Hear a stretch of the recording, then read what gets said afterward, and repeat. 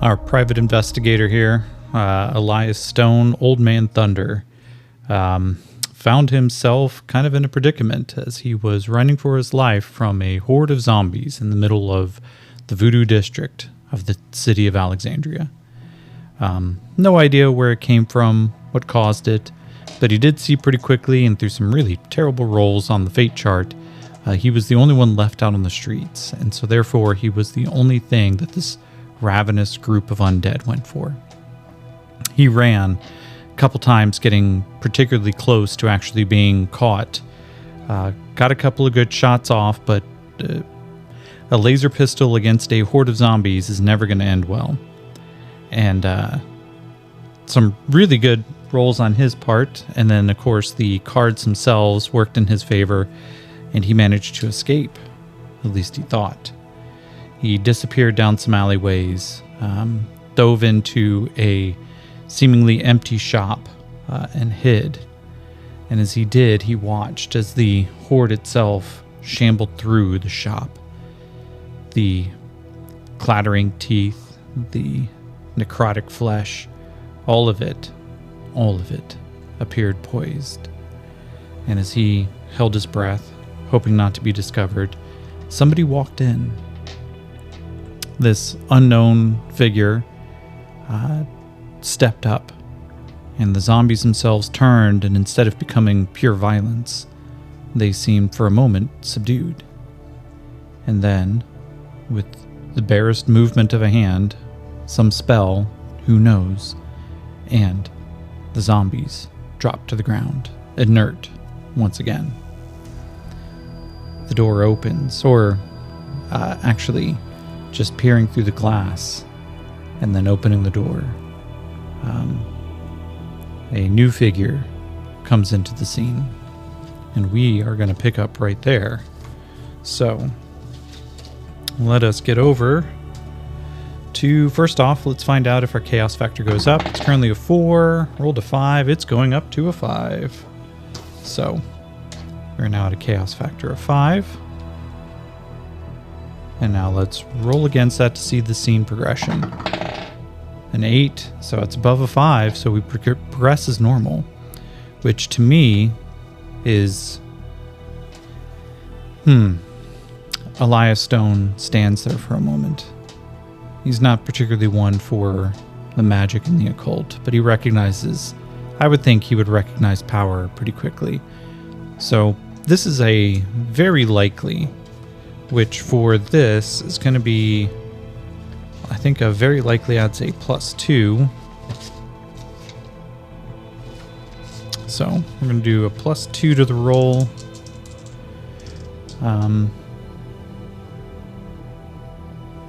Wait, am I reading that right? Yeah. So we're going to add a +2 to the roll. Does Elias know who this is? That's a 6 and a 9. Nice. For a 15 total, +2 is a 17, so it's not an exceptional yes, but it is definitely a yes. And Elias kind of drops his head a little sheepishly. His long silver hair, some of it has come out of the bun that he usually keeps it up in, and it kind of cascades over his eyes. He looks back up, kind of blue glance that he gives to her. It's like, well, let's ask the next question. So he knows who this is. Does she know who he? Oh, we already established she knows who he is. So I'll say this is also very likely. Do they have a long history? 3 plus 10 is 13 plus 2. He opens the door. He goes, good to see you again, Laveau. She looks him up and down. She's like, you are a fool, Elias. You know that? I come all the way out here. I hear that you are asking questions, and you find yourself at the feeding end of a zombie horde. Well, it wasn't the intention. I came out here hoping for some answers. She goes, well, you won't exactly find it. Well, I guess you will find one answer, and it's a very definitive one. Yeah. I guess that. Hey, you want to go get some coffee? I could use some coffee right now. She goes, I do not drink the stuff, but I will accompany you, Elias Stone. They walk out into the streets, still desolate, still empty. The zombie horde just lying where it is, almost akin to, it would look like a gruesome murder scene if these creatures themselves weren't already dead. And Elias looks over and goes, Laveau, what the fuck was that about? I thought you guys had that kind of thing under control. So let's ask a fake question. Does Laveau know why there was a zombie horde running through Voodoo Town? 7 plus 8, that's 15. She does know why. But let's learn ourselves. Let's roll. Let's see. I do believe that there is actually an entire table about undead in here. Undead descriptions. I'm not sure that one's really going to do it. Do I want to do plot twists? No, that doesn't quite feel right. If only there was one for politics, but that's not quite it. Let's just do... We'll do meaning tables descriptors. 97. Very. And 93. Very stylish. Madame Laveau. And she just kind of glances over as they are walking through the streets looking for a place that may still be open. We have had an increase in some of the, well, more youthful. And they have taken it upon themselves to start resurrecting as many as they can. They feel that this thing between the Coalition and Tolkien it does not speak well. They figure that at some point, the Coalition's going to turn their eyes down here to the bayou. Yes, that's a fair bet. I got some other bigger fish to fry first, but I never put it past them. She goes, you know, you are a man who carries many secrets, and you speak nothing about it, and yet you speak with such authority. Tell me, Elias Stone, what do you know about these Coalition? He looks, and there's a steely look, and I'm going to give him... let's give him... He's going to try to persuade her. It's a D6 now. He gets a -1 for it, for being elderly. However, she also knows a bit of who he is, and he has an ability that gives him +1, so this is going to be an equaled out roll. The 6 blows up. 10 total, so with a raise. And he just kind of looks over at her and goes, you know how it goes, Laveau. You know, not everybody's story needs to be told. I disagree with you. I think every story needs to be told. I think some of these stories persist long after we are gone. Is that what you are hoping for, Elias Stone? For your story to survive you? Well, I got kind of macabre. Are you planning on resurrecting me just so you can keep asking me questions like that? I thought I was the one coming around trying to get some answers. We're always looking for answers there. You just get paid for it. I haven't gotten paid yet. Shit, I've got more questions than I got answers right now. But, Laveau, you have to help me out here. Help me understand what's going on. You say you got some young kids coming through, but I'm looking for one particular young kid. She goes, well, let's ask a question. Fake question. Does Madame Laveau know about the Simvan child? 17. And I'm going to tack on a +2 for that, making it a very likely. We're getting some hella high rolls today. And she looks over to him. She goes, there are some secrets that you probably should not be aware of yet. But if this is the way of what you were looking for, come. Let us go sit down and you can have your coffee. You may need it. He goes, should I get a Sazerac instead? That's a little early. I just had lunch. I could go for a Sazerac, though. Elias Stone. You do not need a Sazerac to be a fool. So, they, let's, I kind of want to get an idea. Where are they? Do they continue on in this portion of town? Or do they keep moving? Let's do a little city descriptor. 57. Mighty. And 1. Mighty activity. As they go through, they find themselves in the middle of one of the largest kind of swap meet areas. Still in the voodoo quarters, though. And so the entire presence of the town, the folks who are out here, some of them are shopping for things that in any other portion of the town would not just be frowned at. Elias looks up and he sees dangling from a hook the skins of creatures that he doesn't think he would have recognized if he met them out in the woods. He turns another way and there's a glass jar of eyeballs. And he can't help but feel that as he walks past, they all begin to rotate to follow him. There's strong scents that just waft through the area. Not unlike walking through a bazaar where they have exotic scents. They have spices and redolence that just kind of cuts through the air. What he picks out, let's see, 88 stench and 69. Nice. Perfumed stench. There is almost a floral scent, but it covers up decay. It covers up something that just down to the biology of fight or flight kicks in, and he shakes his head, trying to get away from it. He's like, oh, Vo, why the fuck you bring me in here? This place gives me a headache every time I walk through. I'm pretty sure that you guys should not be allowed to sell that.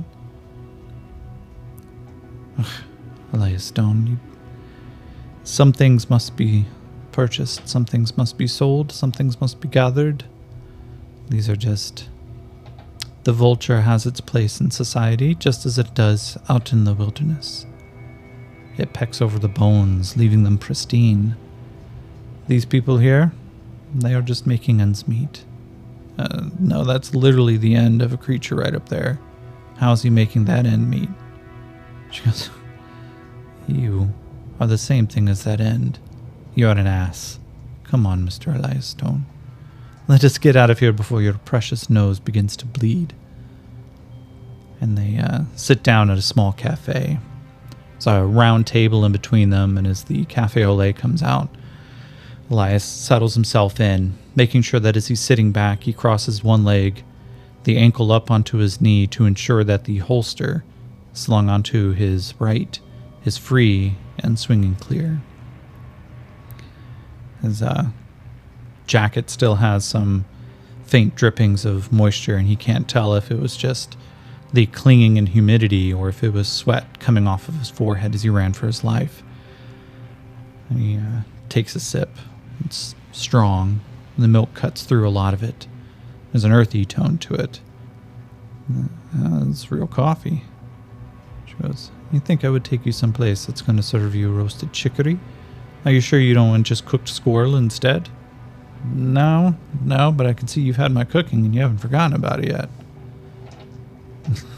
Elias Stone, ask your questions, foolish man, and I will give you foolish answers. Oh, alright. Well, shit, that's the straightest thing anyone said to me so far today. What the fuck? What the fuck's going on? What the fuck's going on with the girl? What's the fuck's going on with Voodoo Quarter and just generally the fuck? She goes, is that one question or is that 8? Well, generally what the fuck is its own question, but I will just start. What do you know about the girl? Gee, let's see. Let's fake question. 9.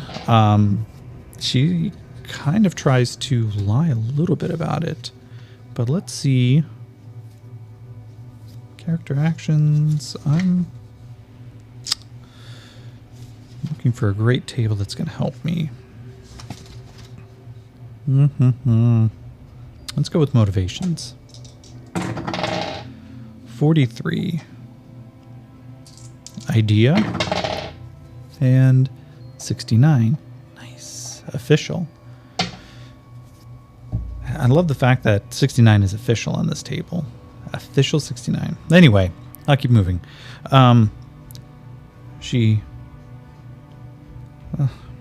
Elias Stone. Oh, here's the question. Here's a question that I wanted to ask earlier. And I'm going to put it down, just to be fair, I'm going to put it down to unlikely, which is -1. It's doubles. It's 4 and a 4. So the answer here is going to be no. No, that Laveau has had a vision. That's the girl. Oh, shit. Extreme, yes. That is a 20, so that's 2 10s, which are doubles, but they are above. So we only have one random event here. Okay. Let us go to the random event focus table. What is going on? What happens here? 54. Move towards a thread. Okay. All right. Oh, boy. Oh, boy. Everything's coming up Millhouse. Let's see. Move towards a thread. What thread are we going to move towards? Because where are my d4s? There they are. 1. Okay. And now I need a d10. And avoid the CS. Okay. All right. We're going to move towards a thread of avoiding the coalition states. Okay. Madame Laveau looks at him and goes, Elias Stone, do you think perchance that there is more than what is just going on in the news? He goes, yeah, no, I believe that, but what the fuck does the girl have to do with going on in the news? You haven't answered any of my questions, Laveau. And she just kind of nods. No. I have not answered any questions because you are not answering the right ones yet. Tell me, you asked why some of the young necromancers are starting to build up their reserves of the undead, why we are borrowing their forms and their clay. But have you ever thought what it all means? Again, you're losing me, Laveau. What's going on? Just tell me. You know the girl, right? Yes, I know the girl. Okay. So, why was she coming around the Voodoo District? Because she wanted answers, and we had questions for her. Okay. What were her questions then? She was having visions. Like, you're talking like your kind of visions, like voodoo visions, seeing things, right? And these visions she came to you for. Why would she come to you for these visions? Why wouldn't her people be able to answer them? It's no surprise that the Simvan have plenty of psionic abilities. Hell, like 1 in every 5 is born with some major psionics. So, I'm sure her people would probably... Oh. It wasn't a question they could answer, was it? No, it wasn't. If they could, they would. Okay. So if it wasn't a question that they could answer, then it was a question unique that she just had, but that somebody in the Voodoo Quarter has either had or had something similar. So, if it was similar, is it about the coming conflagration? Is it about the war that the coalition states is fighting against Tolkien? She goes, it is a war that we are all fighting whether or not we are aware of it yet. This is but the herald. This fight between the empires of man, it is not the war that's going to end things. It is the starting race. It is the pistol sound. And the poor girl was having visions about the world being devoured. She saw, in her mind's eye, a swarm descending. It's already here. She saw some creatures, some power taking root far to the east. She saw another power covering the globe like a shadow. And then the final one, watching the world like a rip in the sky. You have to understand that visions are not unsurprising. A lot of what we do is not about bringing back the dead. People always mistake the talking to the Loas and to the spirits that still haunt these lands as though what we are doing is one for power, but power is not power. Power is information. It is the ability to control what happens when information comes. And I have to ask you, Mr. Elias Stone, what are you willing to do for information? And he looks around and goes, well, I came here. I almost got fucking eaten. I sat down for a very weird conversation while I'm having a cup of coffee that I can't say for certain you didn't slip psychedelics into it, because it would make more sense that I am tripping balls right now than what you just said. So, the girl had some funny visions. Okay. She has your sight, your vid, whatever, right? That doesn't answer the question. Why was she coming here? Well, let's see. I'm going to roll plot twists. Why was she coming here?